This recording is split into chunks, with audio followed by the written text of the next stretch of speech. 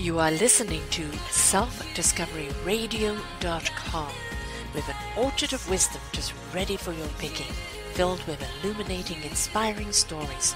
Do check out the community and the Discovery stores.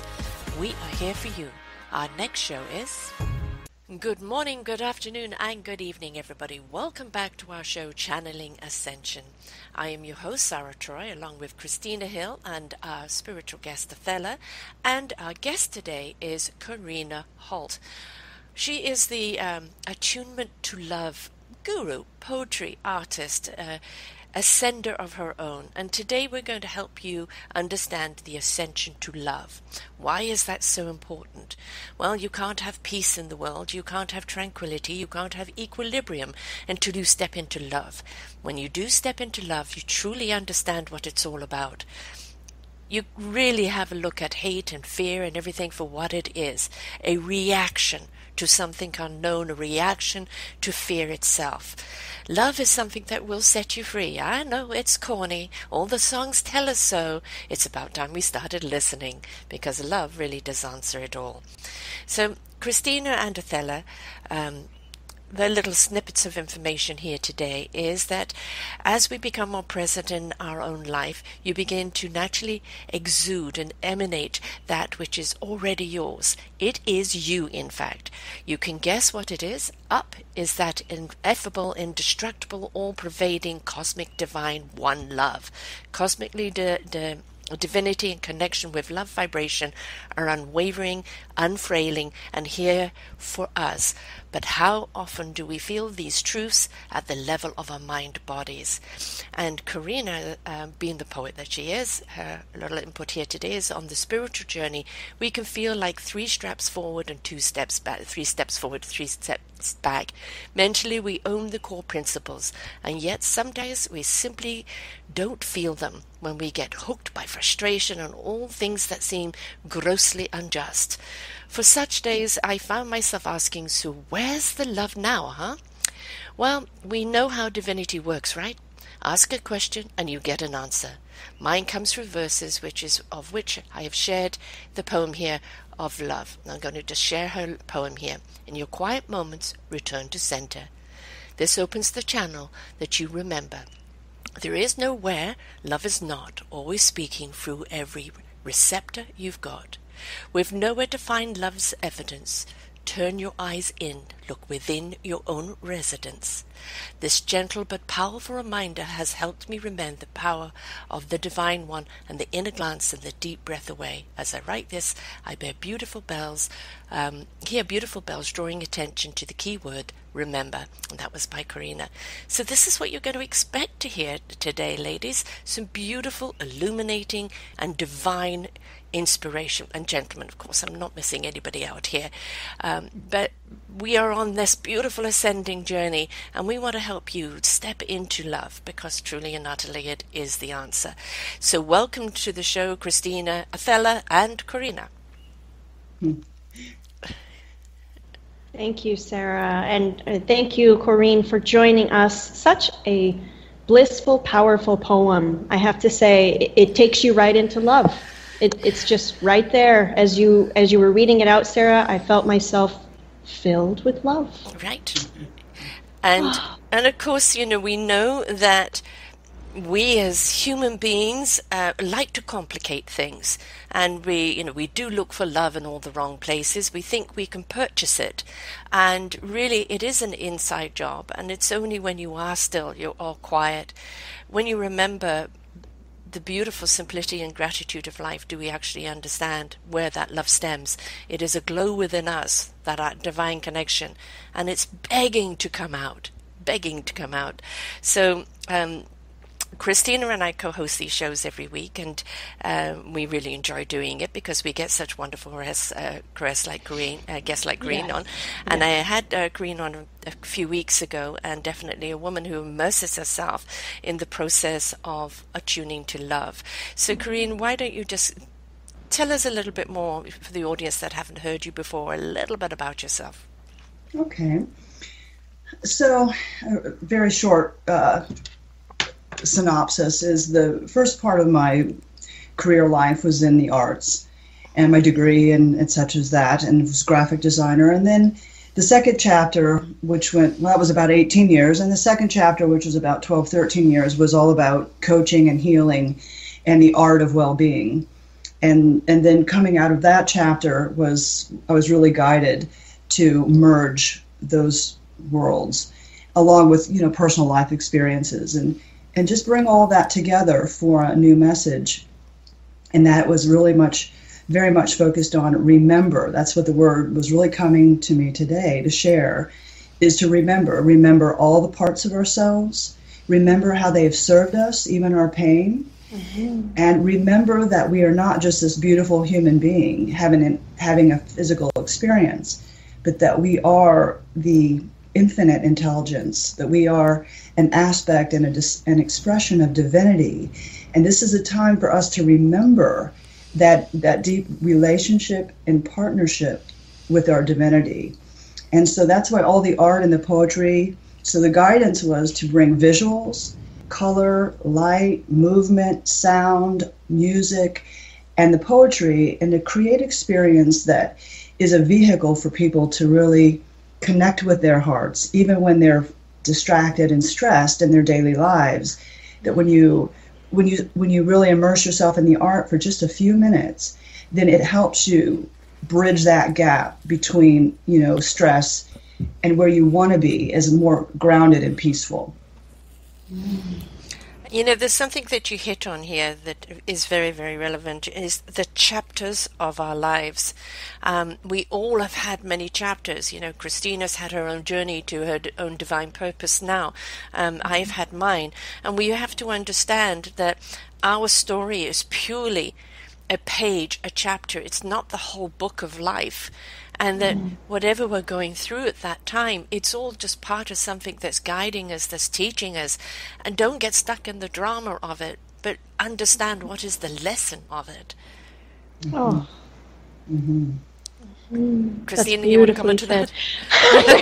And I'm listening. I'm listening with heart-centered space that's just opening, and the volume here, I feel like, is really being turned up. I feel like our listeners are going to appreciate this and feel this, because I want to say something to what you just mentioned, Sarah, and also you've touched upon, Corinne, the chapters.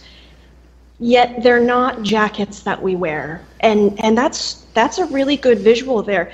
So we have the chapters of our lives, and we have the experiences, but we don't have to wear them like a jacket.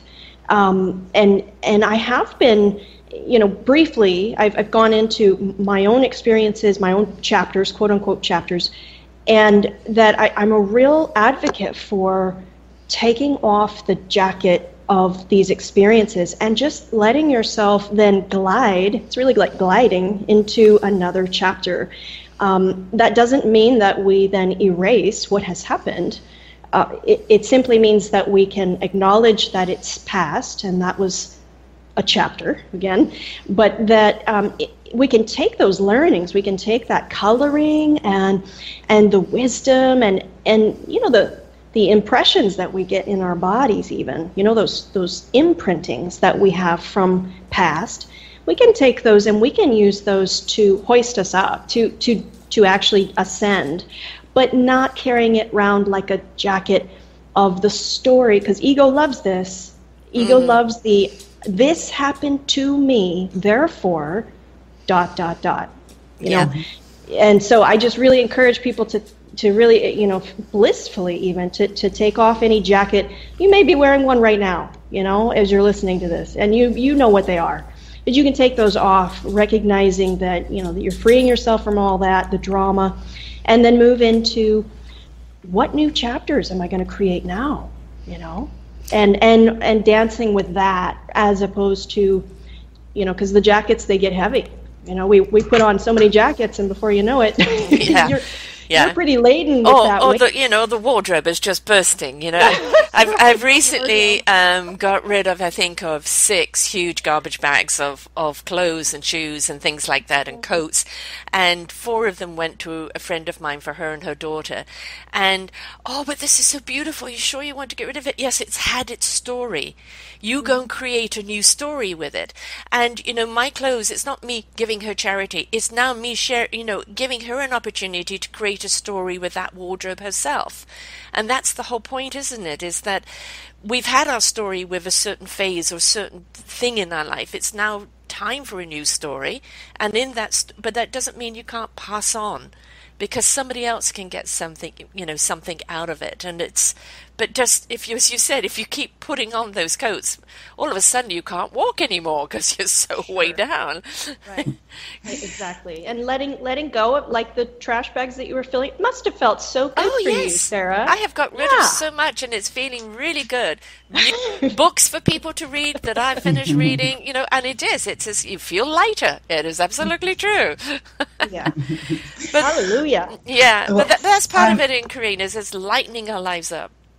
It is, and I'm just smiling in ear to ear here with the jacket, because I'm writing about something very similar to that, called Our Suit of Suffering. Oh. And it's right in there. And right. So what I'm calling Our Suit of Suffering, I think it's probably similar to what Eckhart Tolle has called the pain body. And the thing that what came to me, and again through the poetry, you can hear the alliteration of the S's, was that to really, take another perspective on that beautiful teaching that he shares, and that if we don't claim it as a body, which seems kind of more permanent, and we think of it as something that we can take off, just as you were saying, Christina, but not just mentally take it off like, oh, let's get over it. The teaching really is to go into that suit of suffering and extract the deeper meaning of what that pain is, and why we have these patches of pain that are all stitched together with all of the narration and commentary about the mental response to that pain and suffering. And now, rather than just like toss it over and say, I don't like this, and I'm going to just kind of cast it aside and pretend it's not there, that's not going to work. That suit of suffering only really dissolves when we go into the threads of it and then extract out. And I did this for a year of writing a life review back in 2008, where I went into every painful thing that I didn't want to say out loud to anyone, that everything that I hid in those pockets of my suit of suffering, and brought it out into the light of day and say, okay, what true goodness came from that abandonment, let's say. Oh, wow. Because of that, I had to become self-reliant. Right. Oh my goodness. And what did self-reliance do for my life, right? So to get really honest, not just like, oh, let's think positive, Right. Let's that violence, let's just think positive about it. No, acknowledge that was painful and that was awful, and you would never want to live through that again. But on the back side of this, what good did come from it? What new level of awareness, or, what did I do differently in my life? And how did I treat others better because of it? There's always something truly, genuinely good that comes from these experiences. And when we acknowledge both the pain of it and the goodness authentically, then those patches of pain start to dissolve, and that suit starts to dissolve. And then we no longer carrying this body around, but this temporary apparel that can go away. And because we actively invited it and welcomed it to be no more in our lives. Yeah. Yes. They become the tools, they become the lessons, right? They become the instruments that we use in the next phase of our lives. For sure. So true. Just breathing that in, just letting that waft through the air.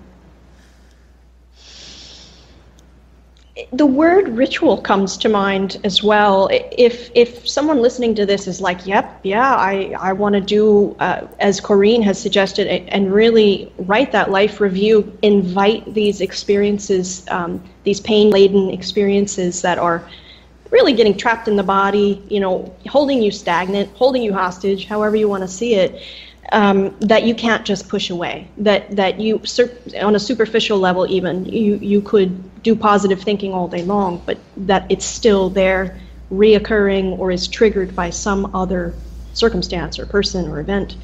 Ritual comes to mind when I think of sitting down, writing that life review. So someone listening to this, you may find it very useful to write these things out. You could also sit down with your phone and turn the recorder on and record your own voice going through, and it could be one small thing, it could be a giant thing, but going through both the pain that has been in your body that you felt with this experience, and also what was gained, what was behind that, what life was beckoning you to learn through this. You could light some candles, invite some friends over, and share this, like upholding sacred space for these particular pain body, movements. I mean, there's so many different rituals that one could do. I've even heard of people writing something out, and when it's all full, complete, they've got, all of that pain body-ness, let's call it that, down on paper. And then they go, and when they're ready, they have a final adieu. I mean, they burn it, or they obliterate it, that it's a physical representation of, okay, now I have really done this, I've put this out, I've seen what I'm taking from this, the extraction that I'm taking from this, and I'm ready now to release this. Mm-hmm. I think that is that's just not talked about a lot in our society. No. Doing these rituals, but I think it's so needed, and it especially if you have any kind of trauma, or even if you don't, any kind of resentment, anything that's in there that you could see as a jacket or the attire that you're holding and wearing and carrying around with you, as Eckhart Tolle says, the pain body that rises up. And if we can just be with it, and you'll know if you have it because it'll come up in your experience. You'll feel it in your body. Yeah. And that's a pretty obvious indicator that, something in me, I'm sensing something in me that feels like this. It's just that we get so caught up in our day-to-day, and it gets, very high-paced that we sometimes skip over these things. But if you can start to take one thing at a time and do a ritual around that, and then releasing it, I think the dissolving, as Corinne beautifully said, is just the dissolving is an organic feature of that process. The dissolving of that attire happens. It does, if you are willing to allow it to rise up and you're willing to look at it head on, right? Well, yeah, I mean, I've done all of the things that you talk about, kind of, writing about it, not a book, but, I kind of became a blogger, and it would be just let my fingers write and then see what was written. And it always surprises me what I read back, because that is my inner voice speaking, where sometimes my head gets in the way. My own show, Sarah's View of Life, is very often where I just share and I let it just come out. Now, I'm always, as whatever the problem is, we always must seek what the solution is or what the lesson is from it. But we have to speak to that pain. And, the other thing I used to do with my clients is have them write it out, all the pain and all the suffering. But then, as you said, Corinne, write out what you've learned from it, what you have become because of it, and then burn it and give it. I release my past, and I invite you to, this is the new me. I'm introducing myself to you as the new me. Please guide this new me and release my past. So I went for the whole thing about, burning and inviting, writing, speaking, even up to the videoing, and talking in your mirror, because your mirror can't lie. All of these things, and which one turns you on, is just do one of them or all of them, right? Because, right. You talked about the art of positive thinking as one of my guests says, it's a hoax. On its own, This positive thinking affirmation and just sitting back and waiting for a cosmic Amazon to deliver it doesn't work. Mm-hmm. Positive thinking is a state of mind that we wish to address something with in a way to deal with it. You know, I'm not going to address this negatively, poor me, my pain body. I'm going to look at this as, what is this pain giving me? The courage, the strength, the knowledge, everything that I need in life to carry on. That's where the positivity comes out of it. And positivity is action, isn't it? We have to take action because we can't just sit back and wait. So, Corrine, what do you think to that? Oh, yeah. So tying what you both said together is the ritual, I think, is so important. And then what you were saying, Sarah, about really you're moving the energy, however you do that, so that the ritual is somehow, some way, whatever feels good to you, to move that energy. So maybe it's writing it out on paper and burning it. You know, maybe it's speaking into a recorder and hearing the vibration of your voice. And what came to me as a bath. You touch with these things, and then you take maybe a salt bath or Epsom salt bath or something, and you just imagine, and the artist in me is coming out, visualizing this suit of suffering and whatever patch you're working on, because you can't do, back to what you were saying too, Kristen, you can't do the whole suit in one sitting. Come on, let's be pocket, sleeve, lapel, bit by bit, folks. Let's be gentle with ourselves, not try to take on too much all at once, and take one patch of that pain, and whatever the ritual feels appropriate, do that, and have it be simple, and feel good, and all of that. And that is so much more effective than trying to slap a happy, positive face onto it. But, back to the positive thinking. We understand the intention, which is good. But when we look at it from further down the path, because we've been doing this a while, haven't we? Yes. I remember when I was starting with just try to think positive. And the good thing about that is a symptom of the realization when we're starting to wake up, and the mind realizes, my goodness, there has to be something better than this. Let's try to think positive. And so it's those early steps of the mind waking up, and it's trying to do something to contribute to this evolution, right? Sure. Right. And so good for it, but then we try that, and then we realize, there's some faultiness in that process. And we keep going. The more we have true direct experience with divine, then we start to see the flaws in all of these exercises, because none of them are perfect. But each one serves us and takes us to the next, to the next, to the next, to the point, at one point, you don't need any of the practices anymore, but because they're all flawed, but they all have a benefit. So for someone thinking positive today, people say fake it till you make it. Sometimes that works in the moment, and it'll take you to that next thing that's even greater exercise.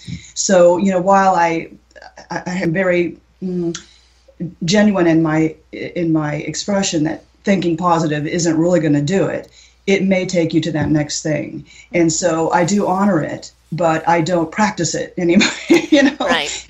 Yeah. Anymore. And so what are we really at now? We are really at keeping it simple and opening our hearts and really tuning in. Here's just came to me. Back to the suit, and now the next kind of thing that we can leap off together with is what the suit is, the repository of what we're hiding and don't want to deal with, because we've got to cope with stuff today. Yes. We can't be blubbering and going into the office crying and breaking down, right? So for good intentions, we tuck this stuff away in our suit of suffering so that we can cope with the logistics of our day. Totally understandable, right? But we do that so much that then it becomes, our concealed wreckage that we are, we've locked the door on it, and we forget that it's even there mentally. But emotionally, when we're feeling unstable and we don't know why, well, that's because there's hidden things there that we've put away, and now it's time to really bring out. Yeah. And well, so it weighs us down, doesn't it? I mean, yes, everything about us starts slowing down. I actually would like to just look at the word positive and say we actually have a new word now, which I think is more, more encompassing of what we're looking for. Is actually authentic. Being our authentic selves, and in authenticity is that allows us sometimes to be sad or to be mad, because that's our authentic reaction at the moment. But it's also being in truth of self. And, positivity is a great approach to have in life, but we can't live in that all the time. It's kumbaya positivity, right? It's not a realistic thing. But when you live in authenticity, is that you're going to react to life. As empaths, my God, we feel the pain in the world. We're going to feel that suffering, and we have to work through it with love. In that authentic love of self, authentic love of people and planet, to work through that. But it's being authentic, isn't it, in that truth of self? Absolutely. Absolutely. Yeah, I agree. So much speaks to me of what both Corinne and Sarah, what you have just highlighted here. There's so much material and context to what we're discussing, and so I just think of the person who is living that, who's living that life where Corinne just described it beautifully, is off to the office and snip, snip, tuck, tuck, I got to cut this away, and I got to compartmentalize, there's another word. Yes. I got to manage this, and I'll do it over a cup of coffee, sit down at my desk, and then here we go, on to other things. I got to be productive, and I'm not saying that's bad. That's not good or bad, it just is, and that is a reality for a lot of people. That's a choice, too, that I think we can look at a deeper level. It does come back to something very simple. I think it's just awareness, getting ourselves really aware and connected to ourselves and to divine. I mean, this show is about that, is connecting, attuning at a deeper level to love, and that's truly who we are. Since we're energetic beings, we are love, we are the energy. We can choose to create a life where we are aware of our feelings, and it's not that we are negating those feelings, that we are truly, as you say, Sarah, we're authentic. We're going to meet those feelings, and if we need to, we could dangle them like a garland for a while. Okay, I've got a business meeting, I'm sensing something is rising up in me, I'm gonna hold that, I'm gonna return to it, kind of like a self-promise, right? I'm gonna return to this, I see this, and that you're aware of it, and then you come, in your quiet moments. Corinne, you said that beautifully before about coming in quiet moments, giving ourselves the time to take a 5-minute breather, a 5-minute meditation, so that we may, in fact, just acknowledge something that has come up in our experience, something that's rising up, and getting really curious about what that is. And I think it's developing the habit, really, the practice of doing that, as opposed to just skirting things under the rug and then going to the positive thinking modality, but rather getting to an authentic, clear space where we acknowledge how we feel in the moment. We're really there with it, and if we must, that we hang it kind of like a garland, kind of hanging it in our experience until we can address it, giving it our full attention. And something you said, Corinne, which I wanted to just chime in with too, is the bath. The idea of taking the bath with some salts, with some lavender or some herbs perhaps, that's just a luxury. And think of how simple that is. How many people have bathtubs? We can do that, and it's just available to us. And we can gently, like as if we had a feather in our hand, we can gently touch upon, okay, this is something that I feel resentment, let's just say that. I feel resentment rising up in me. Today I felt resentment coming up towards my spouse, my coworker. We can touch that with a feather. We don't have to go into the whole thing, but we can touch it gently and then learn how to pull back from it, soak in our bath, and that could be step one. That's not being swallowed up by it. Right. That's touching it, that's acknowledging, and then it's self-care from there. Well, there's two things I'm going to add to that. One, the beautiful thing is when you pull the plug, all that misery can go down the drain, right? Oh. It's not coming out with you. But the other Yeah. thing is using things like, example, Corinne's poems. There is, like in a song or in a poem or in a book or in a movie, there's always a statement that we remember. And if we go into that still moment, what is that statement that sums up where I am right now? What is that line from that poem, from that song? And very often it is so profound in its simplicity, and it sums up how you feel, or is the key and the triumph to moving further forward. It's like, it is the statement of your life in that moment, and it kind of clarifies things. So that's the beauty and the gift of poetry, of song, of art, because it becomes a statement of where we are right now. And in that understanding, we free ourselves from that moment, or we immerse ourselves in that moment, depending what it is, because of it. And these are the tools in life, and we must not forget to use them. Right, Corinne? Absolutely. Coming back to those first two lines, in your, when you're out in the world, you have to be on and take care of business. But then it's back to the poem. In your quiet moments, return to your center. That opens the channel that has you remember. And what is it that you want to remember about yourself today? Like, that's really the question. It's that simplicity, is you're creating the space that you're welcoming a higher remembrance. And so what is it? And you just look at one thing. What do I want to remember about myself today that will serve my life and those around me? And it's, maybe the remembering is, wow, I really am a pretty patient person. I'm really grateful for that quality that I embrace or I embody, right? And so now that leads us to gratitude, right? And we, on that moment, is, what is it I want to remember about myself today? And then, bam, your mind plays in, and it fulfills the role to help you find the answer, and you find it, and you shift your vibration, and then you can ask that same question outward as you look at the world. What is it that I want to remember about you today? As you were saying, Christina, about maybe whoever is feeling resentment about whatever. Mm-hmm. So now the awareness is, I recognize I'm feeling a little resentful. What is it that I want to remember about you that I have temporarily forgotten? Mm-hmm. Because, there's always something there that's really good.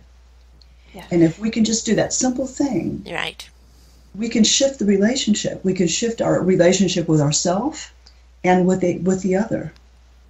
I think there's something else here to remember. Did you hug yourself today? Did you touch yourself in a loving way? Like when somebody's in distress or somebody needs a hug, you just go and take them in your arms. They're there, I'm there for you. And we know the impact that hug does. That exchange of beautiful energy, that envelopment of love that you're giving at that time. And we don't always have somebody around us. Your arms aren't just for everyone else. Don't forget to take yourself in your arms. Don't forget to stroke your own arms. Take your own hand to stroke your own brow and say, I am there for you. I love you. We are in this together. We forget the physical side of things and that how important touch is, even of our own body. Sure. Yes.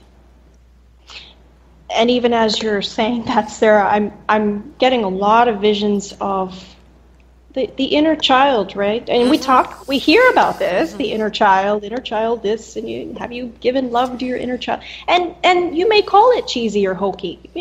Those are labels, that's fine, but it's true. Doesn't mean it's not true. Truth is always simple. Yes, that's right. So we can take our little kid by the hand and give it that stroke of the brow and the physical touch of one's own body.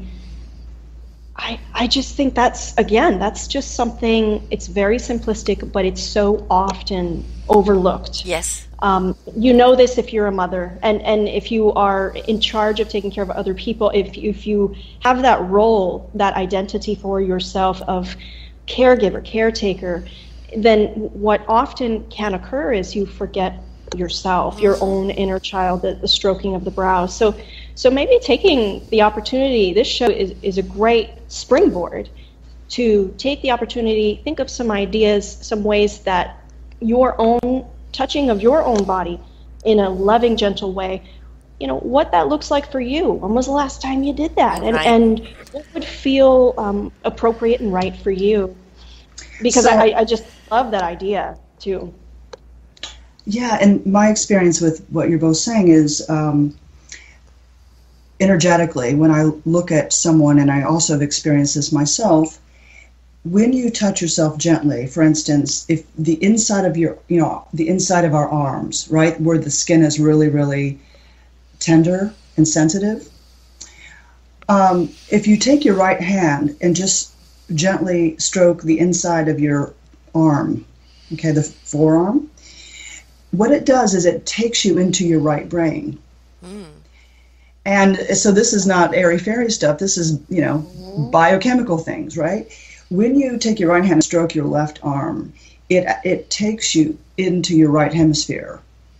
So now where do we do all the mental narration and commentary about, oh, this day sucks, and oh my goodness, and we're stressed? That's very much a left brain activity. When we touch the left arm gently and kindly and compassionately, now we're activating the right hemisphere, which is the intuitive feeling part. And so that helps us then attune to our heart and attune to our intuitive and our creative side. So that little ritual of touching the inside of your arm can activate this whole thing of creating a shift. Right. I'm doing it right now. Are you doing that with me, Sarah, too? Yeah, I've actually got my pendulum in my hand here. It's just going nuts with all of you guys.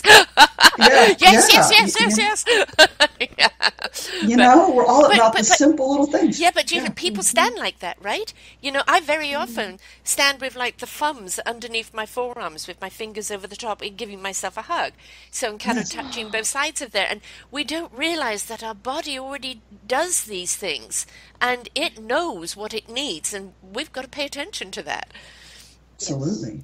Yeah.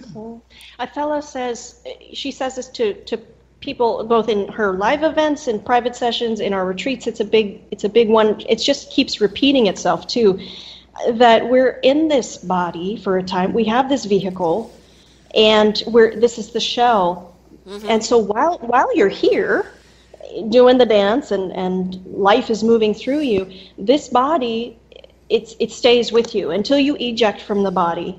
So while you're here, there's wonderful tools that we have all over. I mean, find a hands-on healing modality or even an energy healer of any kind, and you're going to experience a more blissful body. And I think when we give that to ourselves, we're going to think better. I mean, we're going to be in a higher vibration. Our thoughts, the activity of thinking, is going to improve just naturally, just by our bodies feeling well. Mm. There's something I want to touch on, though.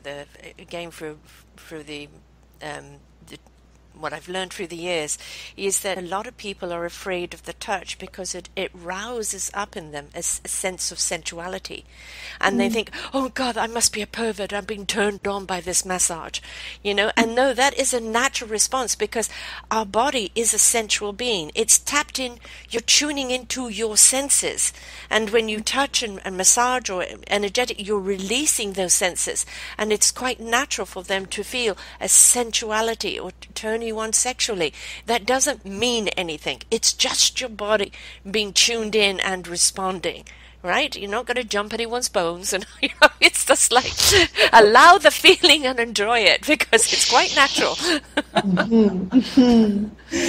Yeah, I think thinking of it as just a simple way to relax, back to the ritual, Christine, is we need to, even if you carry a soft stone, a river stone with soft edges, in your pocket, where you remember that the stone is soft and smooth because it's been, roughed up. It's been through life. It's been through life, and all those hard edges have been brushed away. And so even just a soft, simple stone, it feels nice in the hand. Again, that brings in the physical touch. But it's like, oh, wow, how is it that I can allow my edges to kind of dissolve away today? These simple little things. I'm holding a rose quartz right now, this smoothed edges. It's a pendulum. And, I find myself stroking it. And no, it's not purring, but it's, it's just, it gives you a sense of connection, right? It's that touch that kind of is a reassurance. And I think a lot of the time people, oh God, that's too embarrassing. What if people caught me with that? What if they do? How about you share with them what it does for you? Because, if you're embarrassed about it, then they're going to think it's weird. If you say, just doing this releases my stress, they're going to go, how do I get one? So don't be afraid to share your experiences. Yes, I love that sharing energy. You have such great sharing energy and networking energy with people, Sarah. Of course, anyone who listens to your shows is going to know that naturally about you. I agree completely, wholeheartedly. If you find that having, watching someone blow bubbles for their children and you find yourself reaching out to grab one of those bubbles, I think the embarrassment energy, first of all, comes from someone else's conditioned pattern of thinking, perhaps your parents or, people you grew up with or how you grew up, the environment you were in. But I think if we can bring conscious awareness to the embarrassment, just feel that energy for a moment.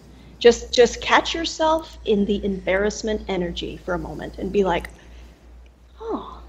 I feel, and like really allow that for yourself for a moment. And then I think it is great if you can find it in your heart space to share how the bubbles make you feel, like, or touching the cat or holding the rose quartz, and just be authentic to yourself in that moment. You're taking a dare on yourself, and you're sharing, and it's like, that is my true authentic self. I think as long as we are doing that and then mindful of any kind of embarrassment energy that rises up, that, again, that's another pattern that will dissolve on its own. And I think life will just provide you more opportunities to enjoy those things and to share with others. So it's kind of in my opinion, my experience is that it's a domino effect. These things, these opportunities, just, they multiply as we are willing. I just want to share a little story there about, I'm on the steps, the Sacré-Cœur steps in Paris with a friend, and some guy came along and just started playing kind of the drums. And I was such a free spirit back then, and I just got up and I started dancing. And all of a sudden there are people around clapping, and then people started singing, and I'm just dancing. And there must have ended up being 20, 30 people around. And somebody asked my name, and she told them it, and now they're chanting my name. And people are singing, people are playing instruments, people are clapping, and I'm just dancing in a frenzy to it. And then we all got up and started walking towards the Montmartre, and we're all singing, and we're all dancing, and then people just dissipated and went their way. It was truly one of those beautiful, magical moments that you could not craft. It just was in that moment of knowingness. And, my simple getting up there and dancing to one drum, 30 people are caught in that beautiful energy. And it was a very euphoric moment for everyone, and a very authentic, natural one. But where do we do that now? We're so self-conscious. And it's like, could I do that? And I'm hoping that kind of spirit comes back in me. But we've become so self-conscious of things that we don't want to embarrass ourselves, or what will people think of us? And we've really got to stop worrying about that. What do people think of me? Suffering suit, right, Corinne? Yes. I mean, yes. So you find, like, this is a suit, this is a whole get-up right here, is what will people think of me? There's that suit right there. Like, I mean, that could be literally, you could have a hat and shoes and socks for all of that energy.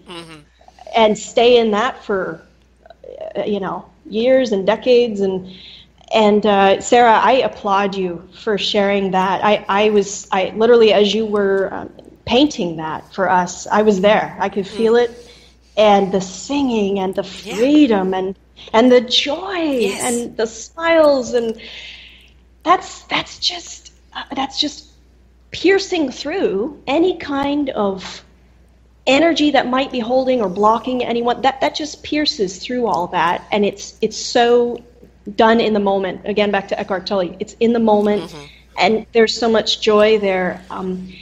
let's think to our listeners, how many opportunities have you passed up where you could have sung your song or danced your dance? Not to feel bad about it, but I'm pointing it out so that you think about in the future, if something comes up like that, are you going to just go ahead and be your authentic free spirit yourself and embrace that moment and dance your dance? It's 42 years ago, and I still remember it like I was there yesterday or today. Wow. And I'm with you on that. I was right there with you, dancing that dance and on that street. And it just so speaks of the magic of art and the absolute wonder and beauty of it to bring us together, and then to have that one person to be like that you were, to be fearless and to not give a crap about what anybody else thought or how you looked or what any commentary that might be said. And the fearlessness, we can look completely goofy, but when you bring in that authenticness that we talked about at the top of the conversation, when we are authentically all in, it doesn't matter. No. People go, I want more of that. Right? Exactly. And then it just goes and goes and goes. And so now the beginning seed of the art, the music, tapped your heart, tapped your fearlessness. You got up authentically, and now that was completely contagious. And oh my goodness, imagine us doing this in the world. And so we come back to, what is it I want to remember about myself today? That I am fearless, I am playful, and I will never apologize or curb my enthusiasm. Like that is my commitment to myself today, right? And my goodness, if all of us did that today in one way, imagine. I know Christine wants to jump in, but just before we go on to that, I realize I'm not that same person today, and I feel I've denied myself by not being that person because I started worrying too much about what other people thought. And one of the things you've got to think about, and this is a lesson I've had to learn myself, is go and do anyway. Those that want to dance with you will. Those that aren't ready for the dance won't. And it's all perfect because everybody has their timing, right? Everybody has their day in that moment when they're ready to step out on the street and dance fearlessly and emotionally naked, right? And vulnerable. Yes. Oh, emotionally naked, vulnerable. Love it. Yes. Love it. Yeah, and that is the feeling we do get when sometimes we have emotion of being naked. But to truly be authentic, you have to be vulnerable. Because that is where love lies, in your vulnerability, and that's where your safety lies. That's where everything lies. If you're not vulnerable, then you're not experiencing. And what's the worst that can happen? Yeah. I mean, really, the mind makes up all this, they may say something, Really? So what's the absolute worst thing that can happen if you get up and do something silly? And really, I mean, when you break it down like that, it seems kind of silly to ever hold back. But, today they're going to put it up on Facebook or Twitter or somewhere else like that, and there'll be all sorts of comments. But you will find most of the comments are, I wish I could do that, or I really enjoyed that. And the other comments are, the idiot or this or that, again, are those of people who aren't ready to dance. So don't get caught up in their negative comments. Celebrate the people that celebrate it with you, right? Own it. Own it. Yes. Oh, I think people are hungry for that because everybody is starving for that, to remember that part of themselves as well. And so when they see someone else do it, I think today, really, there's always a negative naysayer, right? Always, but that's a given. More people will be served, I think, when we commit to being fearless. Yeah. Truly, and back to the contagion, fearlessness breeding more fearlessness, just the release of one individual. Others that are partaking in that experience are moved by their own right to exercise that same fearlessness, that same just like, I don't give a crap. I'm going to just be my authentic self in whatever I'm doing. I'm going to be vulnerable and allow life to shine through me. I just believe that it just takes one individual to, or even the thought of it, the thought energy. The thought energy could be there. You could go out and say, I'm going to be fearless in this. I'm going to be vulnerable today. And you've got that thought energy placed thought energy is powerful. I mean, it can be, literally like the sun coming through the magnifying glass and starting a fire. You can really use that to create awesome things in your life. Well, thoughts become be able things, to, right? I mean, yeah, what we think is what we feed. So choose very carefully what you decide to feed. Yes. And the thought energy is the steering mechanism. And then when we merge that, if you think of a car, the thought is the steering mechanism. And then the heart, the wholeheartedness, that commitment to it is the heart energy, which is the fuel. And then, when you have the steering and the fuel, you can really do something and take action. If you just have the thought and you don't really have the heart behind it, where are you going? Yeah, right. It may not really, it may not come into fruition. And so I think to be mindful of, I have this great idea, and then to really connect with how all in my heart am I about this? And then, you can measure it 0 to 10 if you want to get really practical. And then it's like a 5. Why is it only a 5? I'm afraid of being rejected. What if I wasn't afraid, right? And then just this little bit of commentary and self-inquiry can take that thought and merge it with heart energy, the fuel, and then pow, we can really, really put it into life. Yes. Feel that pow. Yeah. You can feel that. Yeah, exactly. Yeah. And it's it's looking at fear and saying, sorry, you're just not welcome here anymore. You may have my back when I'm crossing a road or when there's danger in my vicinity. I respect and welcome you for that. But I'm sorry, you cannot move in and stifle my life, because then you are stealing my life. And we have to look at fear as a necessity when it's necessary, but not somebody that's moved in and sleeping on your couch and won't go. Yeah. If we need to use, in my opinion, my experience with the fear, which, by the way, Corinne, Sarah, I feel like fear is a show in its own right that needs to be addressed, and very lovingly, with a lot of tender compassion, but that we do need to learn how to build some mental constructs around fear, and then eventually move away from mental constructs altogether, so that we just feel, fear energy, okay, here's fear energy right here, and then be able to transmute that, work with that, have the inner commentary drop out of inner commentary altogether, and come into, as Corinne says, into our center.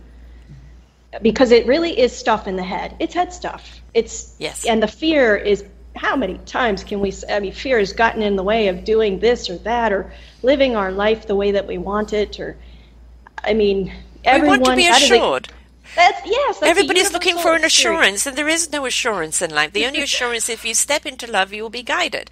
And stuff is going to happen in the world that we're going to go for a few more years of all the shake-up going on. But one thing we can be assured is that if we step into love and we step into a loving community and be there for each other, we will get through this, and we will become a thriving community because of it. So it is an invitation for us to step into love. I feel invited, and Corinne, do you feel invited into that as well? Yeah, for sure. And I think what you were saying about having a whole show on really dealing with fear, because it's so prevalent. Yes. The fear is everywhere. It's in our media. It's in our globally. Not just it's in our DNA. In any one country, but in our DNA, for the fear, for survival. And so fear is such a massive energy.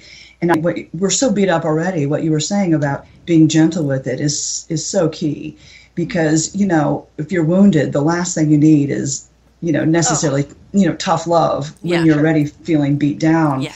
And so it's just one step at a time. Whatever construct works for you, go for that.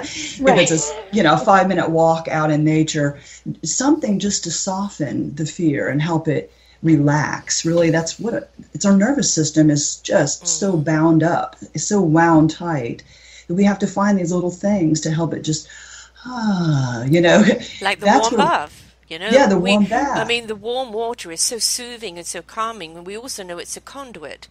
And so, a warm bath, something that just wraps itself around you. Again, even wrapping a blanket around you of love and your arms around you, touching the inner arms, stroking our brow.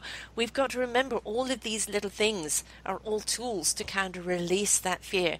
They're there, you're safe. You can let the fear go. We can let the anxiety or the trauma go.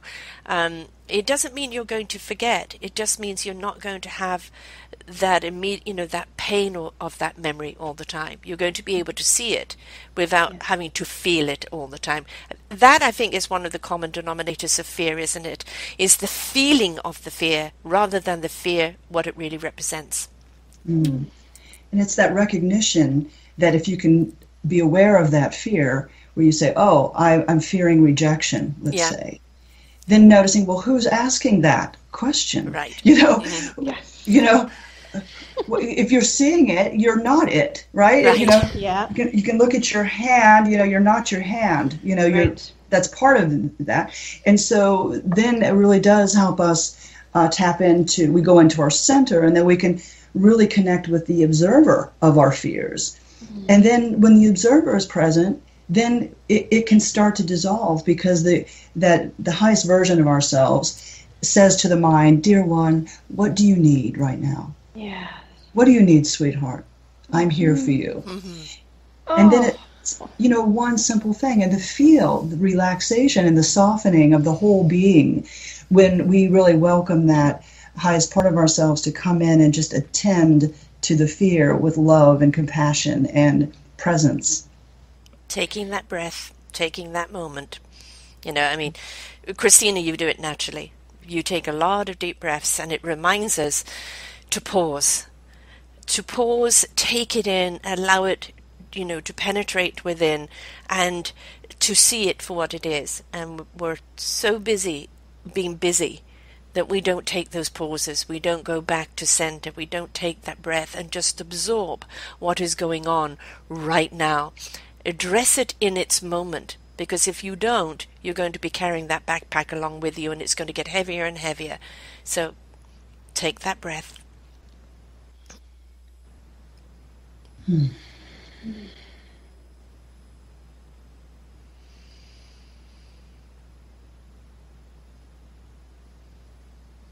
Now, not to get cerebral here, but I just want to say again, I'm really honored to be sharing that little slither of silent space. And it's not just silence, it's presence. It's being very alert, breathing, and we're doing it on the radio. That's where we as a consciousness, that's where we're going. We're actually taking these moments on the air to breathe in silence. Wow.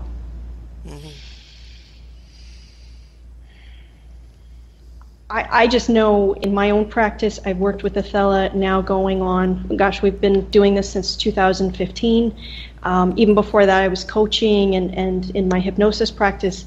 I've seen this work so much, I can say it unequivocally.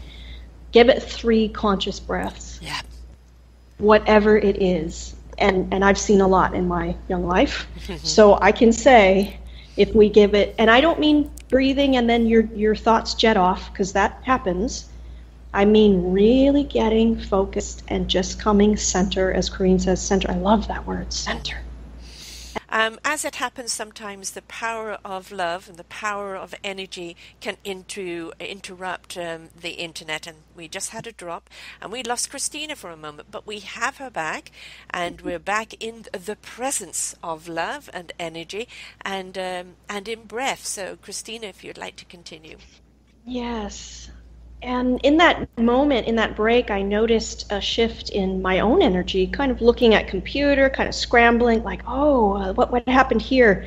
But then I took a moment to breathe, and I remember what I had just spoken just a few minutes ago about 3 conscious breaths, and I actually practiced that. So that's a good testament to myself, practicing coming back to the breath, which we can do at any time. So we were talking about fear energy and creating that spaciousness around, and it could be something else, some other energy that is coming up in your field of consciousness, and that we can come back to the breath. And I'm talking like big bellied breaths. The lower region, just filling up the whole lower part of you. And how it's just really volumizing and tapping into the center, returning to center. There's no quicker way than to come back to our breathing, in my experience. So I want to thank you all for breathing in with me and for taking this pause. And in a few moments, I think Othello will want to float in. But meanwhile, I'd love to ask Corinne if in her, of course, she's just this gifted artist and has so many rich talents that she shared with us. And Corinne, what is your ritual or your routine when you feel kind of like life out of balance or something coming into your radar that's just like, how do you find the center in your busy day? Well, I think what we just experienced really speaks to that, and that's the power of the pause. Mm-hmm. And when we're so busy and life is so hectic and going and doing, it's kind of like we have a fear of the pause, like we may miss something, or I just can't be idle, or we have all kinds of mental beliefs and commentary about pausing and doing the art of doing nothing for a few minutes. And so I was looking at this. I think you were talking about taking the pause with the breaths, and I'm thinking, let's really look at this as the power of the pause as a simple ritual that giving ourselves permission. Hey, it's fine to take 5 or 10 minutes to do nothing. Sit and stare at the wall or whatever, right? And so there's a lot to that, because it has you recenter and regroup and come back to the space that has you remember. What is it that you want to remember right now? The most important thing.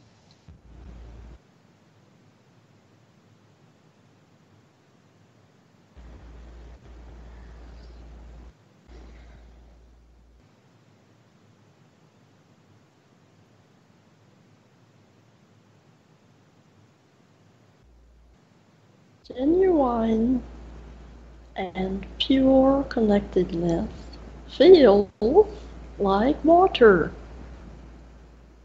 crisp and looking down, unobscured.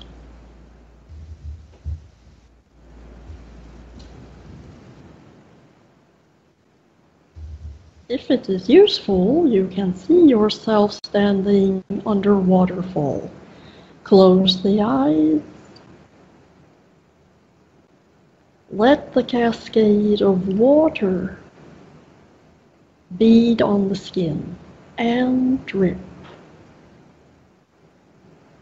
Many humans utilize sounds, auditory sounds of water, rain droplets, ocean, the sound of waterfall, to ignite the picture and to be there in the mind-body, to be more like the quality of water.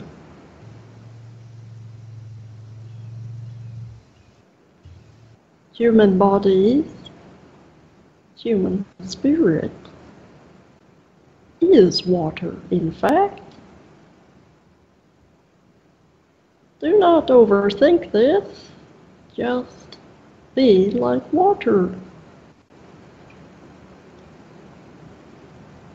When life ebbs and flows, come to this clear, crisp water. When you are well versed with this, as you advance, you will do away with the need for images, and you can simply tune in to the quality of water and stay for those few moments.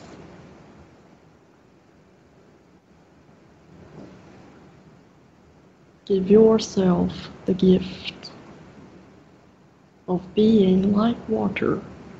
And remember, humans, water eddies, water flows. Water has no problems.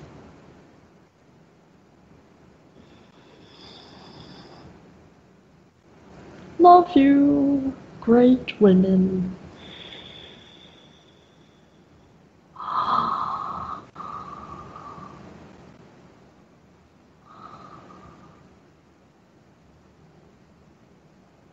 Thank you both. Thank you, Othello.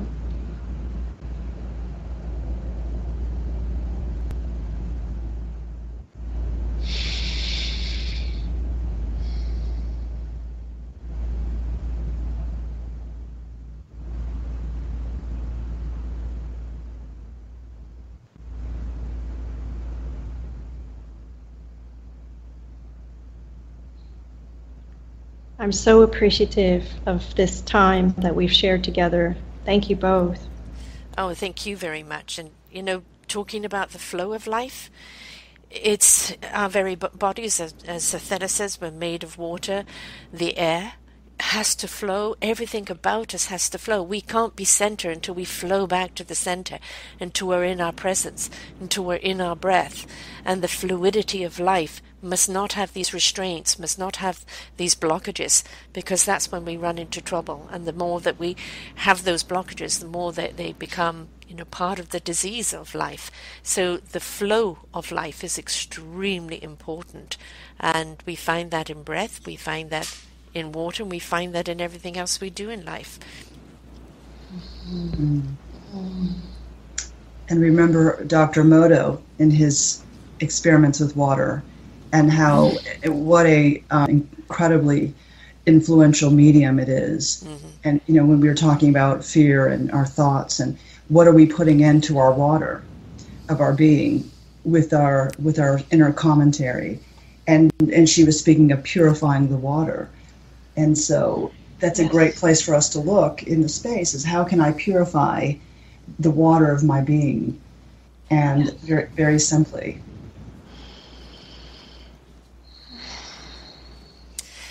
even holding a glass of water before you drink it, being mindful to give it a positive energy.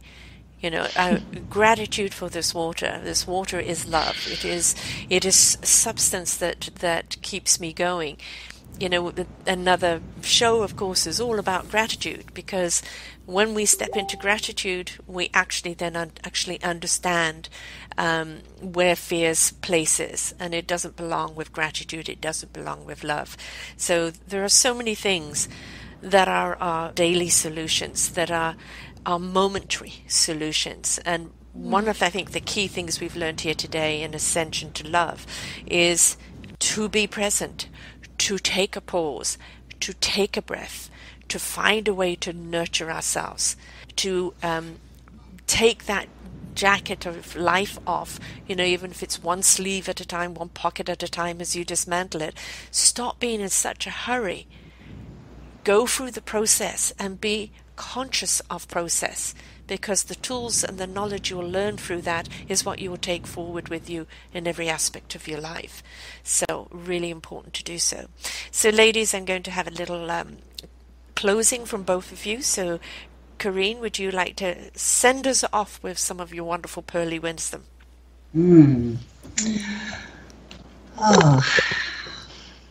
I was so in the moment. I'm just kind of drifting down that river of water. Yes. And, it's really kind of tying it all together and adding to what you say, is if we allow ourselves to just flow in that stream of the essence of it, that we experience it as physical water here in our human journey, but also to feel the essence of it energetically as wisdom and guidance, as flow into our body, and really allow that flow to enter us fully, and with a simple loving, benevolent command. I want to know what it feels like to be fluid, to be free, to be fearless, to be creative, all of it, to be compassionate with myself and others. That's a flow, and that's a stream. And that's really just that heartful wish to experience that in our daily life. That purifies our water. It purifies our mind. And that's just what came to me. Mm-hmm. Beautiful. Oh. I celebrate you and the energy that shines through and comes up through your voice, Corinne. And Sarah, what you had, I just feel like you have this channeling style that's all your own. What you had shared with us just prior is channeling. That's I recognize that as channeling, and I know your channels very well now that we've done so many of these shows. I just marvel really at other human beings and how they're able to channel in their own sacred way. Mm-hmm. So thank you both for that. And I would like to close with an image of a woman who, she was not partaking in our retreats, but we used her as an example, a living example for several of my retreat participants. They come to this specific retreat here in the Yucatan because they have fear of the water. Interesting, isn't it? So here we are in the beach, and part of our retreat is to not necessarily conquer fear. I don't want to say that. It's more like allowing fear to rise up. You go and you grab your surfboard and let's ride the wave. Because that's, in my opinion, that's a very different energy than trying to fight fear or conquer fear. And so I'd like to end with an image of a woman who, I was working with one of our retreat participants, and her whole pain body was coming up, with fear as we were entering into the water, and the waves are quite high here. So we were gently just standing, just getting our toes wet, hadn't really even started our meditation practice, our conscious movement. And there was this woman, maybe 20 something, in the water, deep in the waves, and like a tortoise or a dolphin, she literally threw her hands up and she let the wave come over her and she relaxed. It was quite, it was like watching a mermaid or something. I was really taken aback by this movement, this graceful surrender. And the waves being as high as they are, I thought, gosh, I wonder if fear is creeping into this woman's body at all, her mind or anything. No, she was completely relaxed. And so we used that as an example. And this client, by the way, no longer has fear of water. This client now, she swims, in fact, and she's really, really come so far. But this was a vision that I received as Corinne was just talking about, letting the flow and making that wish of adapting the quality of water, putting that in our breath and our mind, in our intention to embrace this quality, and to drink it, of course, to use that chance to give gratitude and to adopt, to be more like water, as Athela says. So I wanted to end with that vision, that we can simply surrender, we can be in the flow. And that is a choice, and I hope my true wish for everyone listening in on this is that you've already begun your journey. I mean, listening to this show today is just, it's another reminder, as Corinne says, what do we want to remember today? I hope for everyone listening is that they're taking this in and reminding themselves, reminding of your true nature, of who you can be and who you are truly, and that this will create any healing that is needed for this person's path. Anyone listening, you're on the path already. You are the energy of love, and I'm so grateful again. Thank you so much, Sarah and Corinne, for being my reminder. Mm-hmm. Just as water is fluid and can set you free, don't forget the wind. It's a beautiful thing how it blows away all that troubles you, how it lifts you up, how it propels you forward. And, a gentle breeze, a kiss on the brow, or literally a wind that lifts your wings up and sets you flying. It's nature, and that's another show, the elements of nature and how they serve us. So you've got a lot more shows to come here, folks. And channeling ascension is all about that. It's all about how do we ascend into our beautiful divineness and into love. So Corinne's site, by the way, I have another show here with Corinne here. Please just put in her name in the search engine and you'll see the other show that we did together on Attunement to Love. And her website is www.attunetolove.com. That's www.attunetolove.com. And Christina, yours is Athela.org. So it's the name of my spiritual guide, my CEO, and just a tremendous being in my life is Athela. And so it's Athela, ATHELLA.org. Right. And, folks, please share this show. When we share and we start a conversation, we start diffusing the fear, we start diffusing the embarrassment, or, I would love to get up and dance, or I'd love to do this, I'd love to do that. And then it becomes a question when you're together, why not? Let's do it. So finding that strength, that courage comes when we share the knowledge. So listen to the show, get a few friends together, glass of wine, kick back and listen to it and enjoy it. And kind of, what are you going to do to set yourself free and descend to love? And remember, it's all in the action, it's all in the breath, it's all in the intention. And you too can do it. So thank you so much, Corinne and Christine and Athela, for being with us here today. Thank you both so much. It's been so fun playing with you and these spiritual energies. What a delight. Thank you so much. Yeah, all these wonderful, good vibrations, folks. So we'll have another surprise for you on Channeling Ascensions next week. And, we're taking flight. Let's just hope the internet can keep up with us. And I was just going to say, for our next show, tune in for our next cosmic, explosion cosmic experience. Internet wave. Yeah. That's right. And it just proves that the universal energy is a lot stronger than our internet connection. So, we ourselves are stronger than that connection too. So when we step into that vibration, boy, can we fly. So, so true. Oh yeah. So thank you, ladies. It's been again a wonderful delight. Thank you for the adventure. Thank you, Corinne. Thank you, Sarah, and thank you, Athela. I'm just a humbled participant. I feel really humbled and honored today. Thank you. So grateful. Well, folks, remember, it's all within you, and don't be afraid to take those steps of your journey of life, because I promise you, you too can ascend into love and transcend your life. Bye for now. Until next time.